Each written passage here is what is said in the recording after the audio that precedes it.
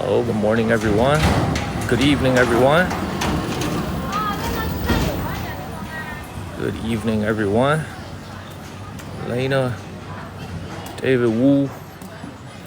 What is up, everybody? Hello, hello, hello. What is going on with this? Good evening, Rita. How y'all doing? Sandals and David. Good evening, everybody. Good evening. I'm trying to fix my signal.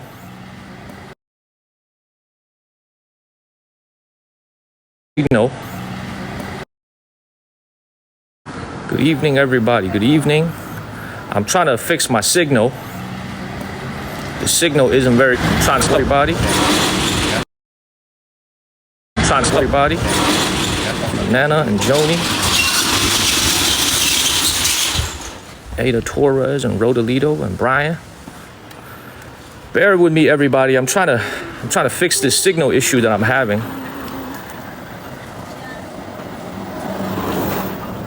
What is going on with this?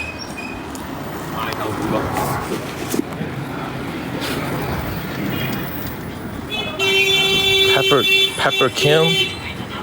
Thank you. I am Wells. Thank you. Kit Kat, thank you.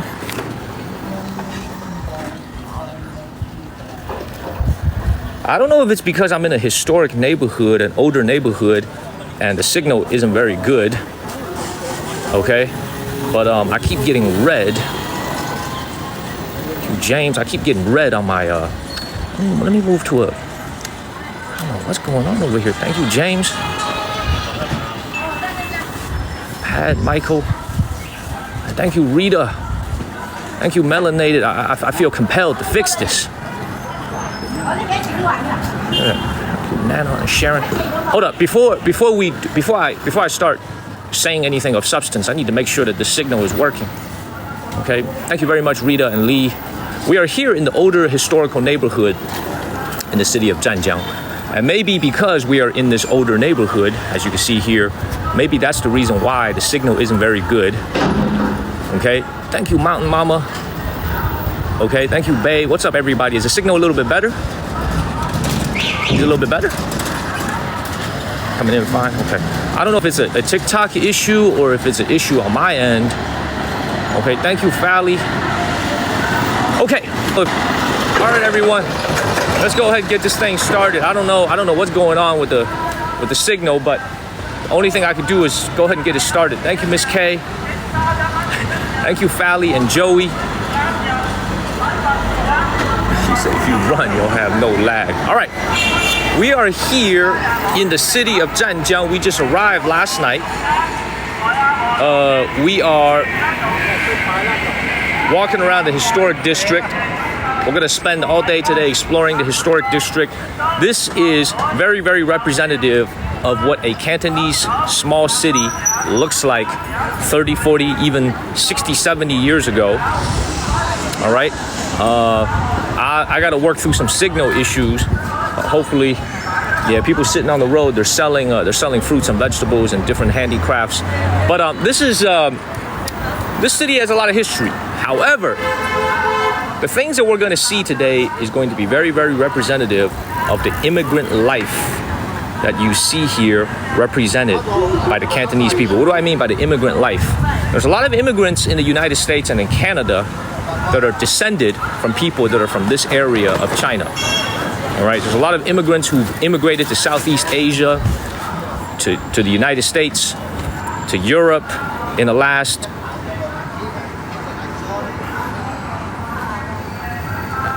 Bodine, can one of my moderators let me know if the signal is coming in and out? That's what I thought. You know what? The only thing I could do is keep it moving. Let's just keep it moving.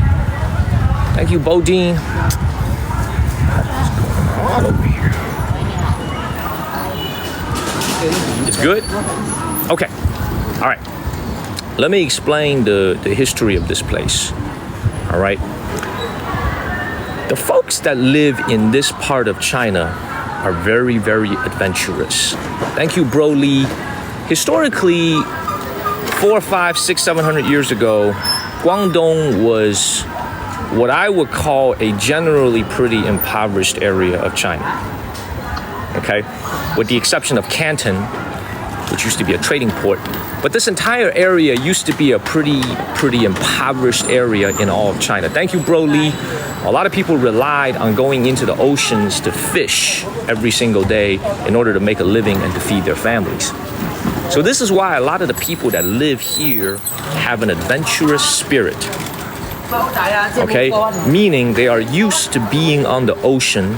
They are used to going everywhere in Asia, going everywhere in the Americas, going everywhere in Europe. They're very, very adventurous. Okay, because the reason I would say this is because number one, they're right next to the ocean. Very easy for them to explore, get on a boat and explore. Okay, big batches of immigrants in Malaysia, Singapore, the Philippines. A lot of descendants of Chinese people that are living in these Southeast Asian countries actually come from here.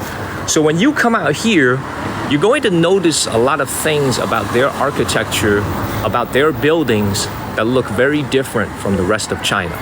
Thank you, Bei. What do I mean by that is if you look at these architectural elements over here, these are very old. These are probably 40, 50-year-old buildings. Most of them are abandoned. Okay, check this out right here. Most of them are abandoned, but this is going to be representative of a Cantonese building style that represents a lot of combination of Chinese and European architecture. Okay, if that makes sense. Let's just keep it moving, man. Thank you, Charlie Lambert. There's nothing I can do about the signal. The only thing I can do is keep it moving. What up, Sharon P? What up, country girl? It looks like the signal is okay. It looks like you guys could hear and see me well. It looks like it's okay. Let's keep it walking. Let's just keep it moving, man. That's the only thing we could do. Let's just keep it moving. Now, the folks that live here, thank you, Eileen and Nana. The folks that live here, most of the people that live here are the original residents of the city of Zhanjiang. And the folks that are still staying in these buildings over here, typically are over the age of 50. Okay, thank you, Evelyn and Bay and Melanated. What do I mean by over the age of 50? Well, the reason is very simple. Most young people don't want to stay in an older neighborhood like this. It's hard for a young man to find a wife to get married if the home that you prepared to get yourself married and move into with the girl, with the woman, is somewhere in this neighborhood. So most of the people that still live here are shop owners, original inhabitants. It's a very close-knit community, but most of the people here are on the older side, over 50, 60, 70 years old, the original residents that haven't moved out, okay? And I don't think they'll be moving out anytime soon. What I mean by that is there's really very little commercial projects going on in the city of Zhanjiang in this neighborhood. Number one, they want to preserve it for historical purposes. Number two, there just isn't enough economic activity here to justify tearing this down and moving all these people out. Okay? All right, we're in the city of Zhanjiang. We're in southern China. We're in the deep south. Let's keep it moving. My signal today is not looking great, but hopefully... What up, Tim? Thank you, Toy Man. Yeah, I got her WeChat, man. I gotta go hit her up today after this live stream. So let's keep it moving. Thank you, Night Wolf. Signal's okay for the people that are watching, I hope. This is in Zhanjiang, that's right. Signal's a little bit better. Thank you, Joe Low. Yes, this is really odd. I'm showing red, which means no signal, but all the comments are coming through. All the people tapping on the screen, the hearts are coming through. Very odd. All right, cool. Check this out. Thank you, Crabman and Jeff.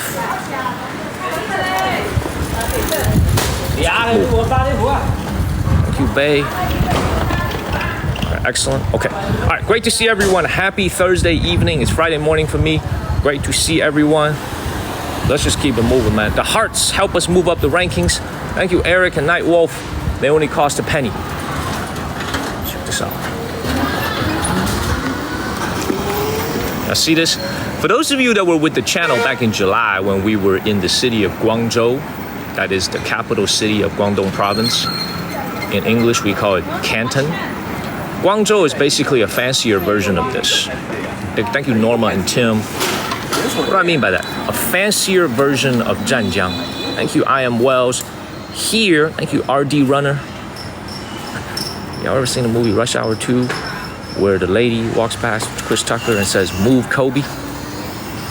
That's what this lovely that's what this lovely woman just reminded me of. I thought she was gonna say, "Move, Kobe," as she slowly moves past me. Let's keep moving. Thank you, Jane. Here's a move, Kobe. All right, let's keep moving. Let's keep it moving. All right, subtropical weather here. So even though it's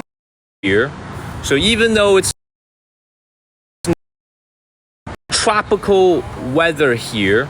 So even though it's November, and Jacqueline, thank you, and in the northeastern United States and here in China it's already snowing. Here in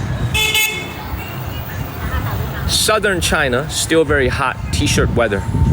Okay, so let's keep it moving. Look at that. All right, let me explain some of the good food that they have here. Thank you, Nicole and Pepper. What are some things that they like to eat around here?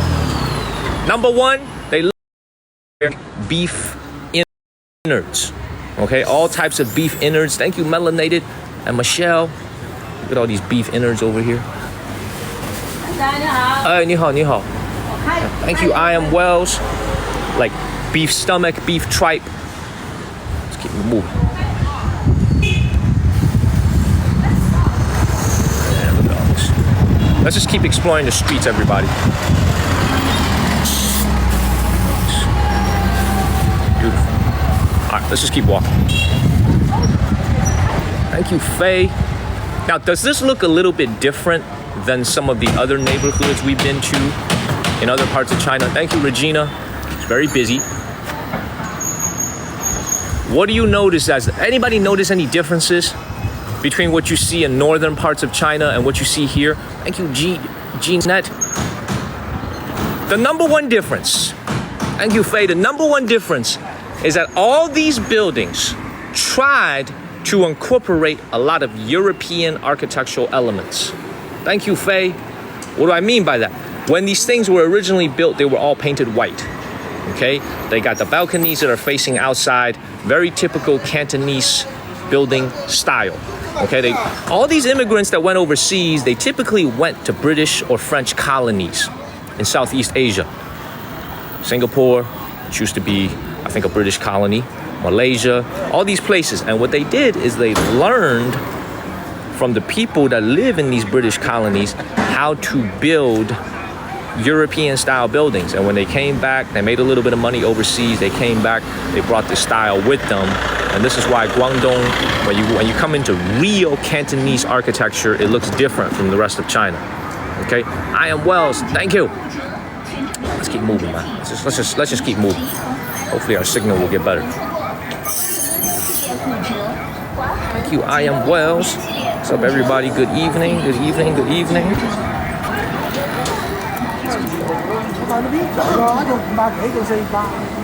Stacy, Liz. Yeah, British, French, and Spanish. And you know, this is the other thing about this city is you're not going to see a lot of Americans. You won't see a lot of foreigners because this place has not become a successful tourist spot. So this city is not that popular. You're not going to see a lot of tourists in the streets. Therefore, all the stores that you see on the side of the street over here, thank you, Liz, they all serve the local residents. They're all very practical stores, meaning you're going to have appliance stores like this. Thank you, Liz. They sell refrigerators, washing machines, and very little here that is designed for the tourist. Okay, look at this. Thank you, Liz. How much is the washer? Man, Jerry, this washer probably $150, $200 at the most. $300 at the most. Thank you, Chuck, for extending your sub. Man, prices are super reasonable. You gotta remember, man, this is like if you were back home in America, this is like if you were in a small city in the middle of Florida. That's where we're at. You know, thank you, Donna and TLC. Everything is slower paced here. You know, this is a little jewelry store. Thank you, TLC.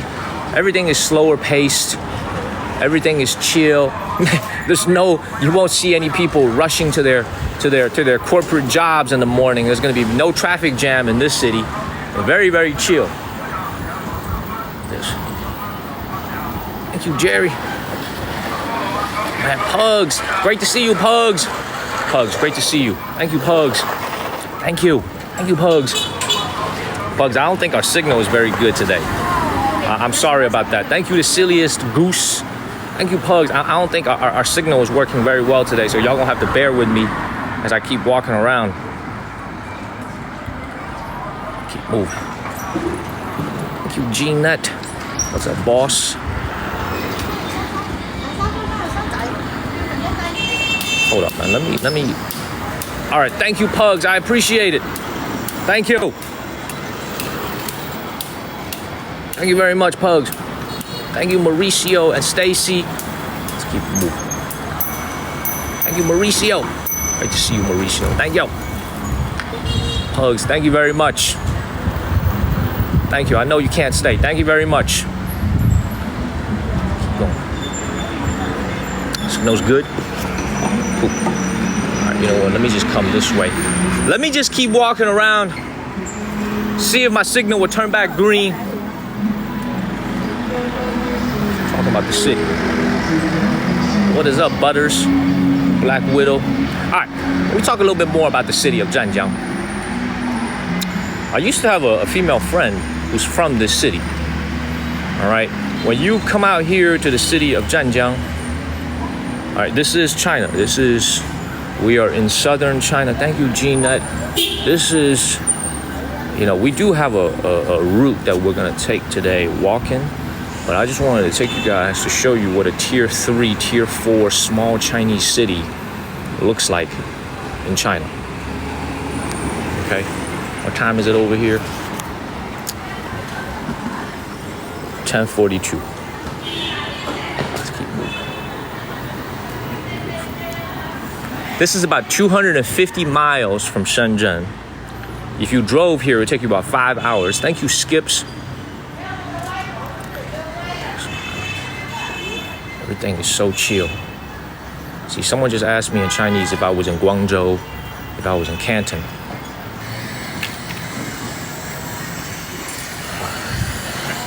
You were amazed. Looks old, right? Let's keep walking.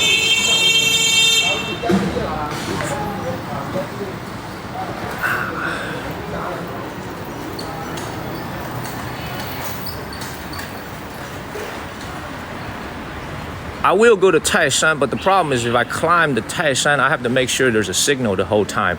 Taishan is one of the most beautiful mountains in all of China. It's got a lot of history. Look, man, my number one impression of this place, coming out here, roaming on the first day here, is that this place reminds me of China 20 years ago when I left to go to the United States. If you take away all these cars, I would tell you that life basically hasn't changed much at all. I saw a Walmart on the way here in my cab, but as you can see, man, life here is just super, super slow paced. Life is super chill, man. This reminds me of China, the China that I knew